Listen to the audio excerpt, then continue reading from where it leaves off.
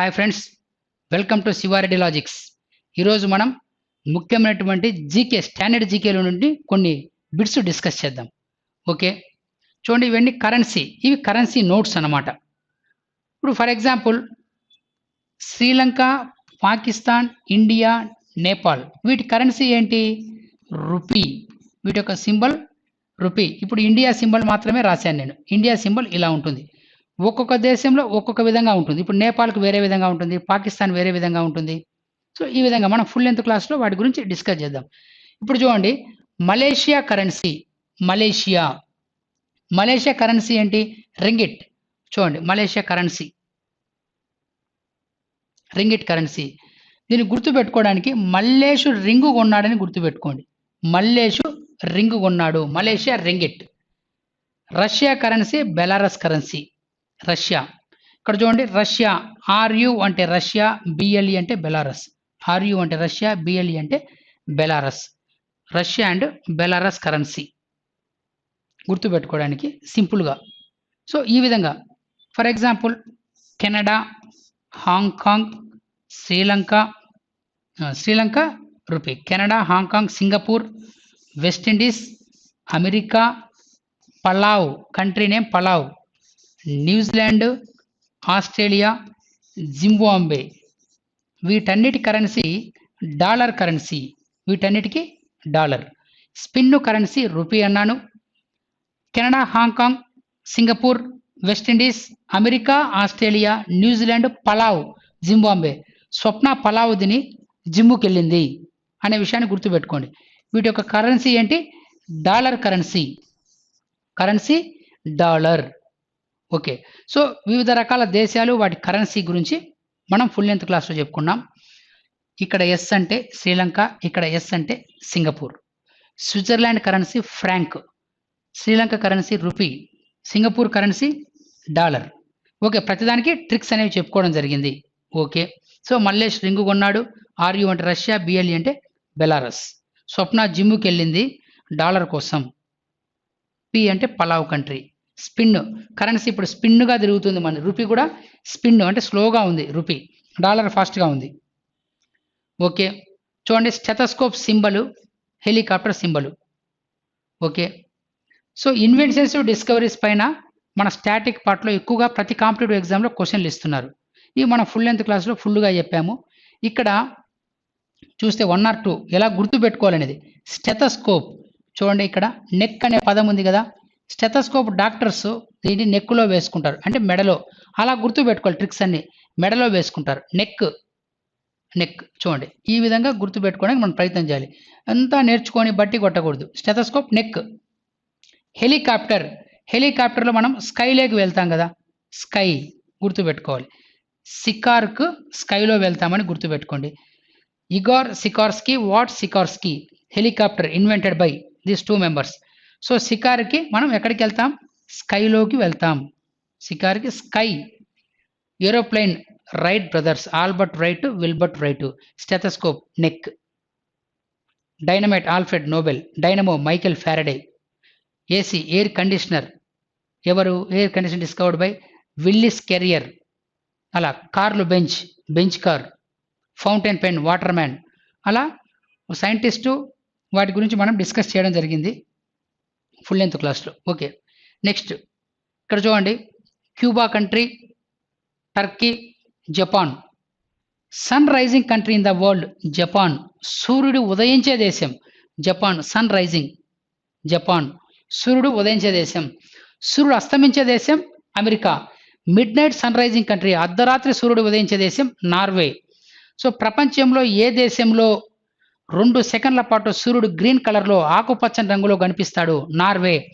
Norway కంట్రీలో సూర్యుడు ఉదయించే టైంలో 2 సెకండ్ల పాటు ఆకుపచ్చ రంగులో మనకు కనిపించి తర్వాత ఆరెంజ్, ఎల్లో కలర్కి వచ్చేస్తారు. అందుకే ఇక్కడ మనం గుర్తుపెట్టుకోవాలి, అర్ధరాత్రి సూర్యుడు ఉదయించే దేశం midnight sun rising country Norway. అసలు సూర్యుడు అస్తమించడం అనమాట ఆ దేశంలో, అది కూడా మనం గుర్తుపెట్టుకోవాలి. Sun rising Japan, sunset America, midnight sun rising Norway. 2 సెకండ్ల పాటు గ్రీన్ కలర్లో కనిపించి తర్వాత ఎల్లోకి వచ్చేస్తారు. Sick man of Europe. Sick Europe జబ్బు మనిషి. మనకు సిక్ అయితే టర్కీ టవల్ పట్టుకుంటాం కదా, సిక్ అయితే మనం టర్కీ టవల్ పట్టుకుంటాం. ఆ విధంగా గుర్తుపెట్టుకోవాలి. Next sugar bowl of the world. Sugar కోసము క్యూబాలో క్యూ కట్టారు. షుగర్ కోసం క్యూబాలో క్యూ కట్టారు. ప్రజలంతా క్యూ కట్టారు.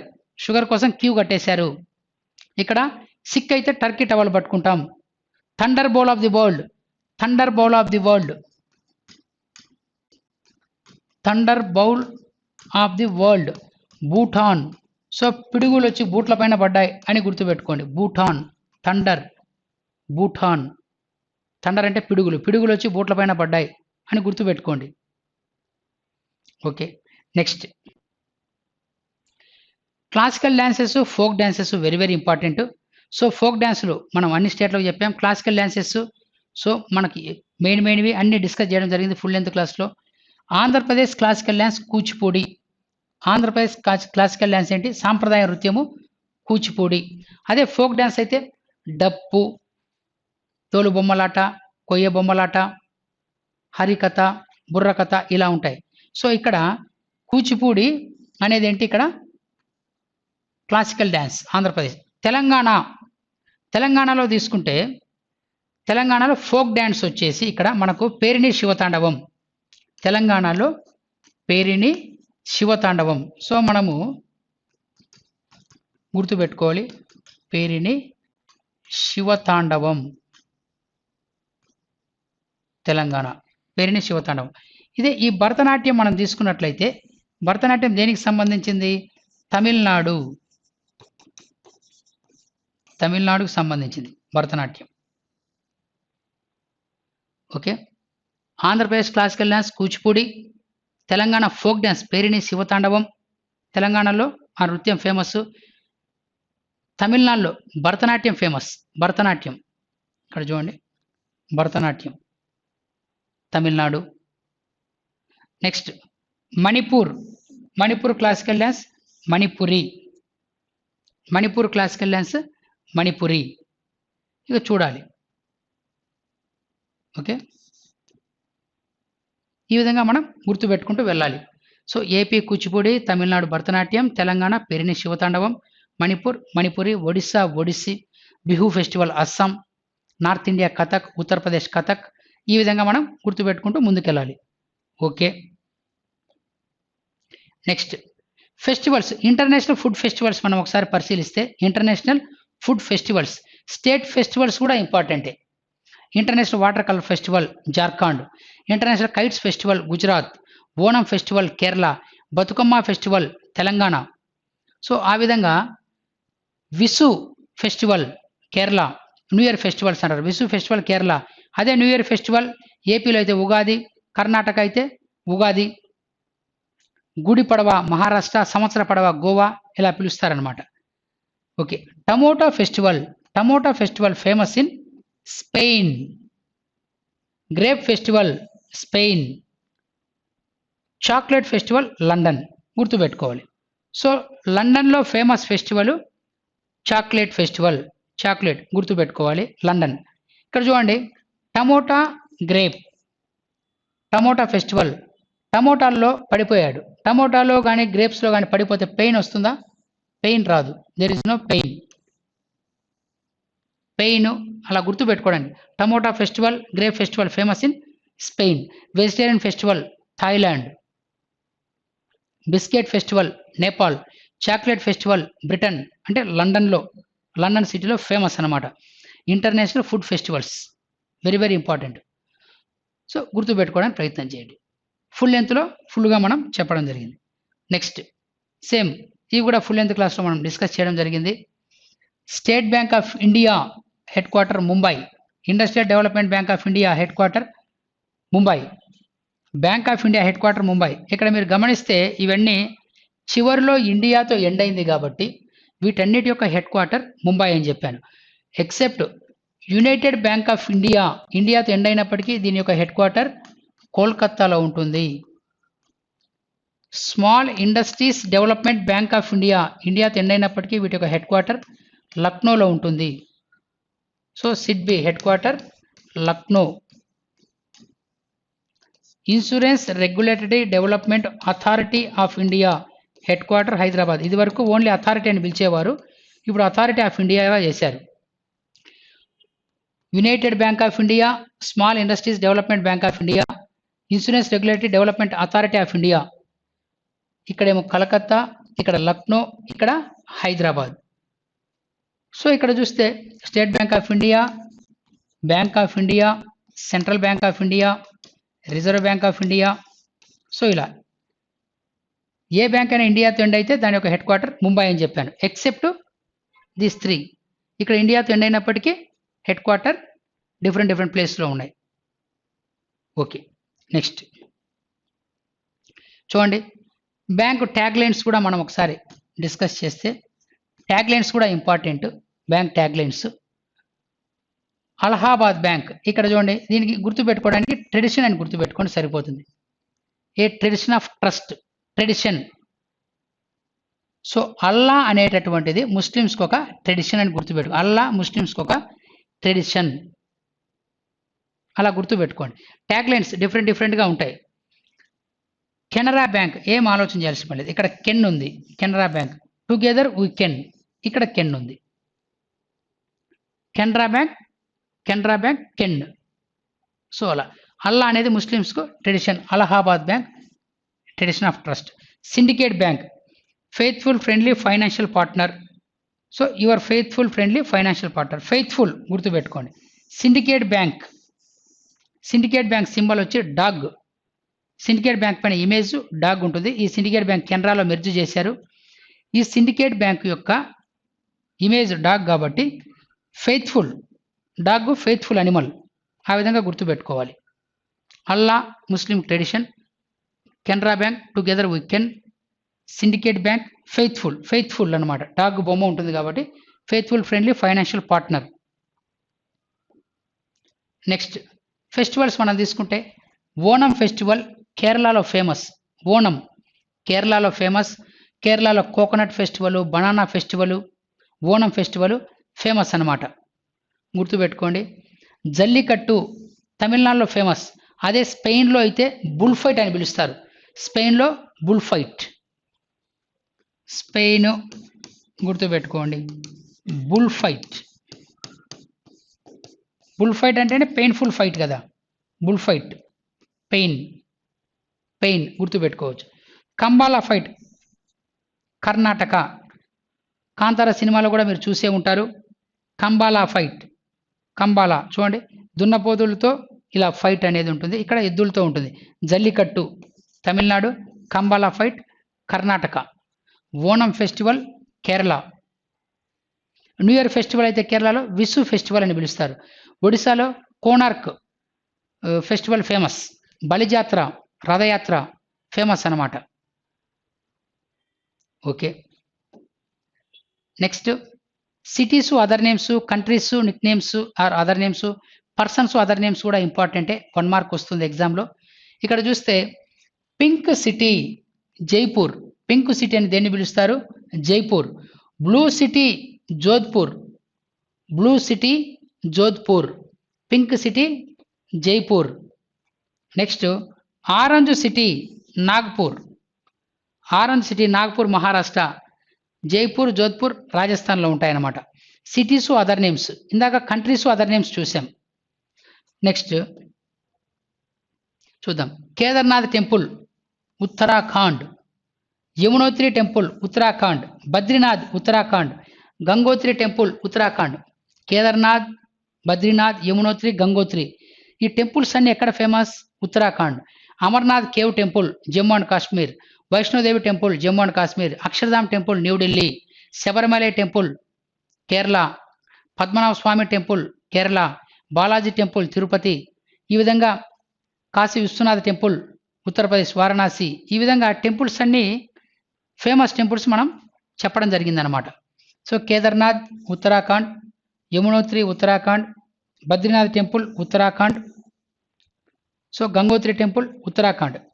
ఇవి టెంపుల్స్, ఫేమస్ టెంపుల్స్ అన్నమాట. నెక్స్ట్ బ్లూ రెవల్యూషన్ దేనికి సంబంధించింది? రెవల్యూషన్స్ కూడా ఇంపార్టెంట్, 1 మార్క్ వస్తుంది. బ్లూ రెవల్యూషన్ లేదా నీలి విప్లవము అని పిలుస్తారు. బ్లూ రెవల్యూషన్, నీలి విప్లవము. ఫిష్ చేపల ఉత్పత్తి, చేపల పెంపకము. బ్లూ రెవల్యూషన్ నీలి విప్లవం దేనికి సంబంధించింది? ఫిష్. సో సీ వాటర్ కూడా బ్లూ కలర్లో ఉన్నాయి కదా గుర్తుపెట్టుకోవడానికి. Blue revolution fish. White revolution దేనికి సంబంధించింది? మిల్క్. శ్వేత విప్లవము white milk. Next yellow revolution. Yellow oil seeds నూనె గింజల ఉత్పత్తి. నూనె గింజల ఉత్పత్తి గుర్తుపెట్టుకోవడానికి. చూస్తే revolutions green revolution, grey revolution, rainbow revolution, ఇవే సిల్వర్ ఫైబరు, గోల్డెన్ ఫైబర్, ఇలా మనం రెవల్యూషన్స్ అన్ని చర్చించడం జరిగింది పింక్ రెవల్యూషన్తో సహా. ఓకే, చూసి గుర్తుపెట్టుకోవడానికి ప్రయత్నం చేయండి. Father of green revolution Norman Borlaug కానీ, father of Indian green revolution MS Swaminathan, white revolution Verghese Kurien. So ఇవన్నీ మనం డిస్కస్ చేసాం. ఇంపార్టెంట్ ఫాదర్స్ పితామహుల గురించి. పర్సన్స్ నిక్ నేమ్స్ వీటినే సోబ్రిక్వేట్స్ అని పిలుస్తాం. Indian Bismarck Sardar Vallabhbhai Patel. Indian Bismarck Sardar Vallabhbhai Patel. So వీరి యొక్క స్టాచ్యూ గుజరాత్లో స్థాపించడం జరిగింది. 597 ఫీట్ హైట్తో గుజరాత్లో నెలకొల్పారు, లేదా 182 మీటర్స్ హైట్తో స్థాపించడం జరిగింది. So Indian Bismarck Sardar Vallabhbhai Patel. Iron man of India Sardar Vallabhbhai Patel. Sardar Vallabhbhai Patel. Largest stadium in the world Sardar Vallabhbhai Patel stadium. 1 lakh above audience అనేది ఆ స్టేడియంలో సీటింగ్ కెపాసిటీ ఉంది. Largest stadium in the world and largest stadium in India Motera stadium లేదా సర్దార్ వల్లభాయ్ పటేల్ స్టేడియం. సో ఈ stadium ఏమని పిలుస్తారు? Motera stadium లేదా Sardar Vallabhbhai Patel stadium, లేదా రీసెంట్గా నేమ్ మార్చారు, నరేంద్ర మోడీ స్టేడియం అని పిలుస్తారు. నరేంద్ర మోడీ స్టేడియం అని పేరు పెట్టేశారు. గుజరాత్, అహ్మదాబాద్, గుజరాత్ గుర్తుపెట్టుకోవాలి. Iron man of India Sardar Vallabhbhai Patel. తలా అని ఎవరిని పిలుస్తారు? సోబ్రిక్వేట్స్.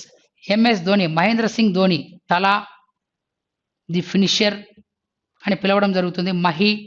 మహి అన్న మహేంద్ర సింగ్ ధోని జార్ఖండ్, తలా అన్న మహేంద్ర సింగ్ ధోని. మ్యాచ్ ఫినిషర్ కానీ ది ఫినిషర్ అన్న మహేంద్ర సింగ్ ధోని. సో నెక్స్ట్ షానా, రోహిత్ శర్మ వీరిని హిట్ మ్యాన్ అంటారు. 264 అని కూడా ఒక బిరుదు ఉందన్నమాట వీరికి.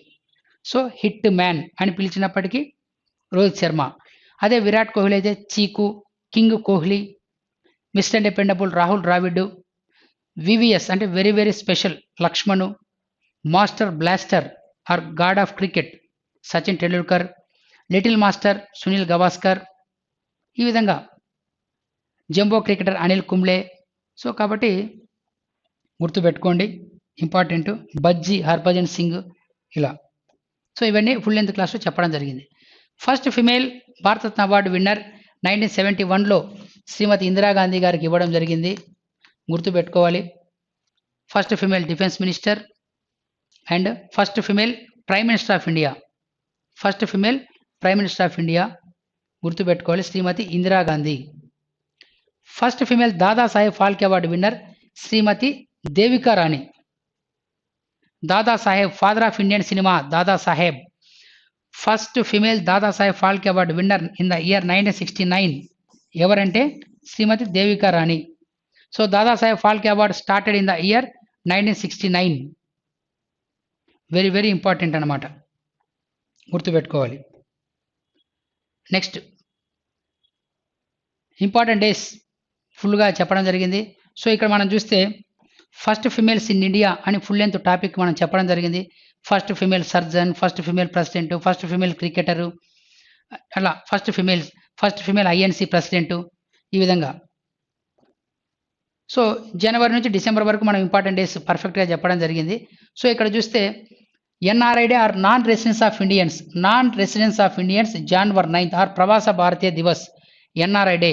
సో ఇమేజెస్ చూస్తూ మనం నేర్చుకుంటే ఈజీగా గుర్తుంటుందనే ఉద్దేశంతో ఇలా చేయడం జరిగింది. ఇమేజ్ పెట్టి క్లాస్ చెప్పడం జరిగింది కాబట్టి మీకు ఈజీగా గుర్తుంటాయి.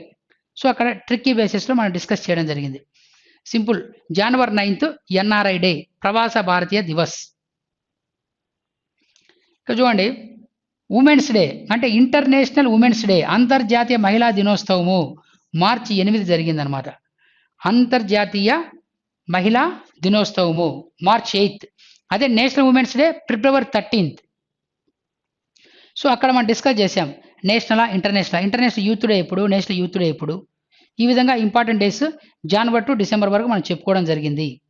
ఓకే, నెక్స్ట్ ఫుట్బాల్ చూడండి. ఫుట్బాల్లో ఎంతమంది ప్లేయర్స్ పార్టిసిపేట్ చేస్తారు అనే ఉద్దేశం. ఫుట్బాల్ ప్లేడ్ ఆన్ ఫీల్డ్లో ఆడతారు ఫుట్బాల్. సో ఈ ఫుట్బాల్లో ఎంతమంది ఆడతారు? 11 మెంబర్స్ ఫుట్బాల్. చెస్ బోర్డు పైన ఆడతారు కదా, ఓన్లీ 1 మెంబర్.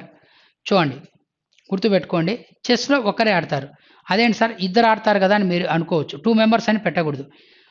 క్రికెట్ అనగానే మనం ఎంతమంది అంటాం? క్రికెట్లో ఎంతమంది ఆడతారు అంటే 11 మెంబర్స్ అంటాం. కబడ్డీ 7 అంటాం, బేస్బాల్ 9 అంటాం, ఫుట్బాల్ 11 అంటాం, హాకీ 11 అంటాం. అంటే క్రికెట్లో 11 మెంబర్స్ అంటే ఇక్కడ పాకిస్తాన్ టీం నుంచి 11 మెంబర్స్, ఇండియా టీం నుంచి 11 మెంబర్స్ వస్తారు. అప్పుడు క్రికెట్లో ఎంతమంది ఆడతారంటే 22 మెంబర్స్ అని మనం చెప్పం, ఓన్లీ 11 మెంబర్స్ అంటాం. కబడ్డీ అనగానే 7 అంటాం కానీ 14 అని చెప్పం. ఫుట్బాల్ అనగానే 11 అంటాం కానీ 22 చెప్పం. సో ఇక్కడ ఏంటంటే సిమిలర్లీ ఒక్కొక్క దేశం నుండి ఒక్కొక్కరు వస్తారు. ఇండియా తరపు నుండి విశ్వనాథ్ ఆనంద్ ఒకరే వెళ్తారు, 2-3 వెళ్ళరు చెస్కు. కాబట్టి బాక్సింగ్ 1, స్నూకర్ 1, బిలియర్డ్స్ 1, చెస్ 1. ఒక్కొక్క టీం నుండే చెప్పాలి. చెస్ అనగానే 2 అనకూడదు. అలాంటప్పుడు క్రికెట్ అనగానే 22 అనకూడదు, కబడ్డీ అనగానే 14 అనకూడదు. సో ఒక్కొక్క టీం వైపే చెప్పాలి. చెస్లో ఒకరు, క్రికెట్ ఫుట్బాల్లో 11 మెంబర్స్ ప్లే చేస్తారు. ఓకే, నెక్స్ట్ చూస్తే ప్యాలెస్లు కూడా ఇంపార్టెంట్, మనం గుర్తుపెట్టుకోవాలి.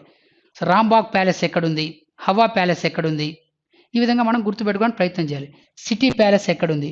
సో ఇక్కడ చూస్తే రాంబాగ్ ప్యాలెస్, హవా ప్యాలెస్, సిటీ ప్యాలెస్, ఈ 3 ప్యాలెస్లు ఎక్కడున్నాయంటే జైపూర్లో ఉన్నాయి. జైపూర్. ఫలక్నామా ప్యాలెస్ హైదరాబాద్లో ఉంది, గుర్తుపెట్టుకోవాలి. చూడండి,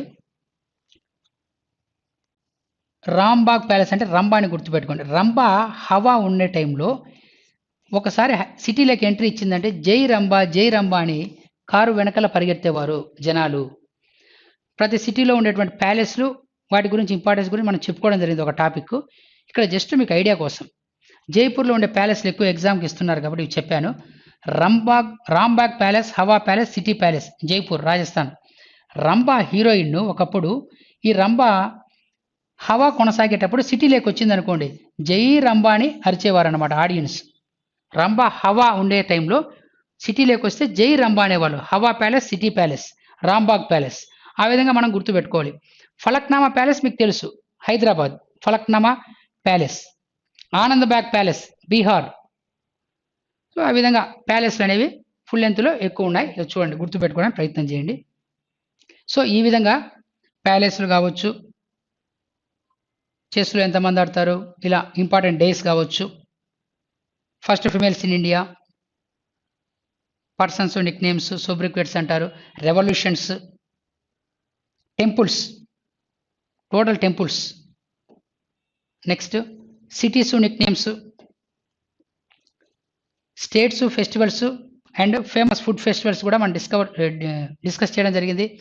ఇక్కడ చూస్తే bank tag lines, bank head quarters and international food festivals అంటారు. Vegetarian festival, Thailand, classical dances, folk dances కంప్లీట్గా డిస్కస్ చేయడం జరిగింది. అదేవిధంగా countries other names. So inventions, discoveries తీసుకుంటే కరెన్సీస్. సో కరెన్సీ కూడా మనం డిస్కస్ చేయడం జరిగింది. సో ఓవరాల్గా అన్ని టాపిక్స్ కవర్ చేస్తూ స్టాండర్డ్ జీకే పర్ఫెక్ట్గా క్వశ్చన్ అనేది మిస్ అవ్వకుండా వివిధ టాపిక్లు అన్నీ తీసుకొని పర్ఫెక్ట్గా awards, sports, schemes, visitors, books and authors ఇలా చెప్పుకుంటూ పోతే చాలా టాపిక్స్ ఉంటాయి. సో కరెంట్ అఫైర్స్ సపరేట్ మనం పెట్టేస్తే exclusively standard GK, static GK ప్రతి కాంపిటేటివ్ ఎగ్జామ్స్కు సరిపడే విధంగా పర్ఫెక్ట్గా మనం చెప్పడం జరిగింది ఫ్రెండ్స్. సో కాబట్టి ప్రతి ఒక్కరూ మన ఛానల్ సబ్స్క్రైబ్ చేసుకోండి. Shiva Reddy logics. Thank you friends.